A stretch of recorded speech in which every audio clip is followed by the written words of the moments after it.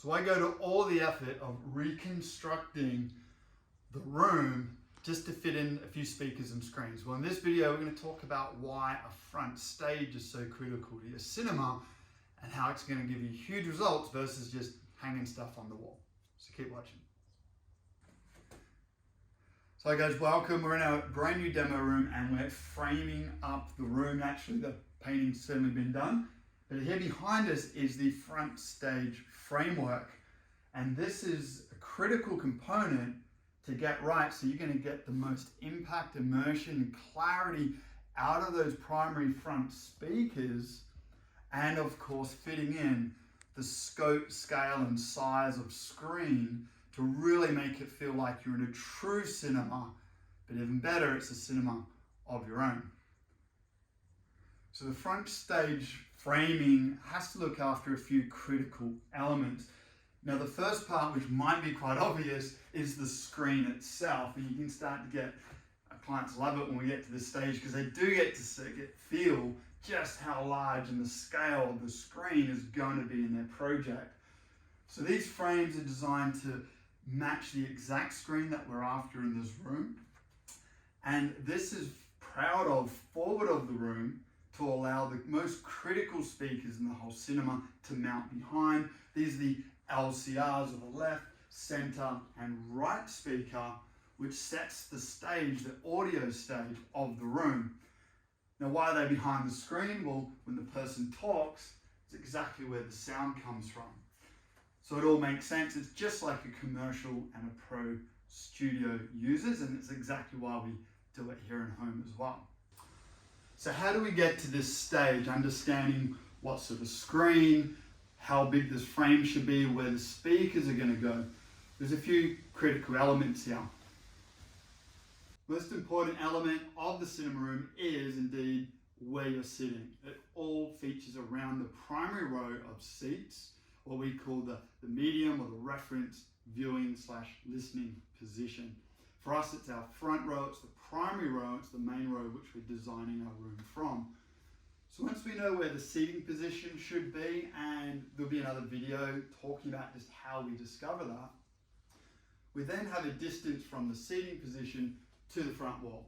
So this is the real estate we have available to fit both the speakers, the screen, and critically, the distance from the screen to the viewer. Now, why is this so critical?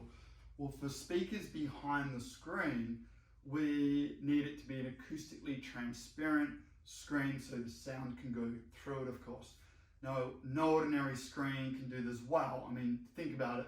We need a great picture reflecting off the screen while letting sound to go through. This is not an easy job. Basic laws of physics say this is not going to happen. So the screens are very sophisticated, and there's a few rules that go with it. First of all, with a perforated screen, a micro perforated as we use in home theater, it's a vinyl screen with lots of little holes through it.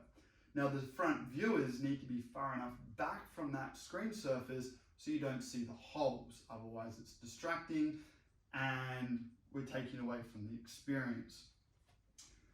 Secondly, the speakers need to be a certain distance away from the screen itself. Otherwise, the sound can't open up and push through the perforations to create a nice big wide sound stage. So here we've now got a limitation in speaker to screen. Now a microperf screen, we've got here 3.4 meters. It's around 11 feet. Now anywhere from 10 to 12 feet is the zone for a microperf. Now we just squeeze that in because then behind the microperf, we need around 6 to 12 inches of space from the front of the speaker to the back of the screen. In this room, we've got around 10 inches.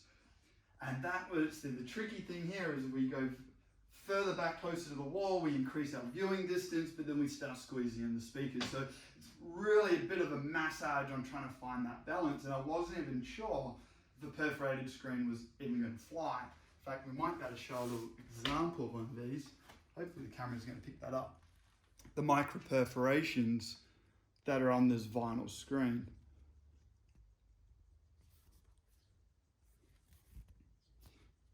Now these These micro perfs, as I say, need to be invisible from the front row. We need to let the sound go through. So not every room is going to allow this type of screen technology. Okay, so this room's worked out great for us to go on micro-perf screen. Now, like the vinyl screens, they are a sharper picture than the alternative, which is a woven screen, which is, as you'd expect, is like more like a fabric. Now, the fabric screens do have some advantages. So what if the micro-perf screen isn't going to work for you? Maybe your front row is closer to 9 feet 3 meters from the screen. The hole's going to be an issue. And the speakers behind are really limited in size and space, and the speakers simply are pushing too close to the screen to really get through the micro-perf. There's two other options you can go for. One is you have a solid screen on the wall and the speakers flank the screen. No need for that competing space, no dots on the screen. However, we've got potentially speakers that are way wider than we'd like, and particularly a screen this size, which I love, is we're getting about a 57-degree viewing angle from our front row. The center channel has nowhere to go but all the way down the bottom here, closer to knee level. Now you can pitch that speaker up and fire it back to the row, but now if our main speakers are up here, they're disjointed, our left and right speakers really need to come down to match the center channel, technically no more than 10 degrees off, to make sure the front stage is coherent. We're not really getting our vocal coming from where the picture is. So we sort of collapse that illusion. But that's one thing you could do, is stick to a solid screen. Now the second alternative is a woven screen material. It's a fabric base. And this has, depending on the screen material, you can have a smaller, tighter weave where you don't see the dots or the perforations of the weave. Some of these screens you can be as close as only, say, 6 to 7 to 8 feet away, which can allow those smaller rooms or those closer viewing distances to be in the okay zone without being any distraction from the weave or the dots. The other advantage to the woven screens is the speakers can technically be a bit closer to the screen. We can be as close as, say, 100 mils, say 3 inches if we really need to. But even the woven screens, the speakers really do prefer to be back more like 10 or 12 inches. There's still more advantages to that. But if we're really squeezing it in, the woven screen, the right type of woven screen, can really start to give you that center channel up front to middle. There's left and right flanking that beautifully in that smaller space, so you can get there. You'd just be missing out on maybe the sharpness and the crispness, and particularly the light output the vinyl screens offer. I find the woven ones usually lose a little bit of light output, which means more power out of the projector, and that never comes cheap. So guys, I hope this video has been valuable to you. I thought I'd check in and just describe what we've got here and some of the background behind just getting the simple framework up and running, but just how critical it is, given that the front stage LCR speakers are really the fundamental soundtrack for any cinema. And of course, there's only one thing you really look at in the whole cinema experience, and that's the light that comes off the screen. The screen is so critically important, you don't want to get that one wrong. So guys, thanks for watching. I'm Scott Rogan, and stay all across everything real high performance cinema for your own home. Remember to subscribe. Check out our website for more inspiration and services. And remember, for real cinema at home on any day, reality can go rogue.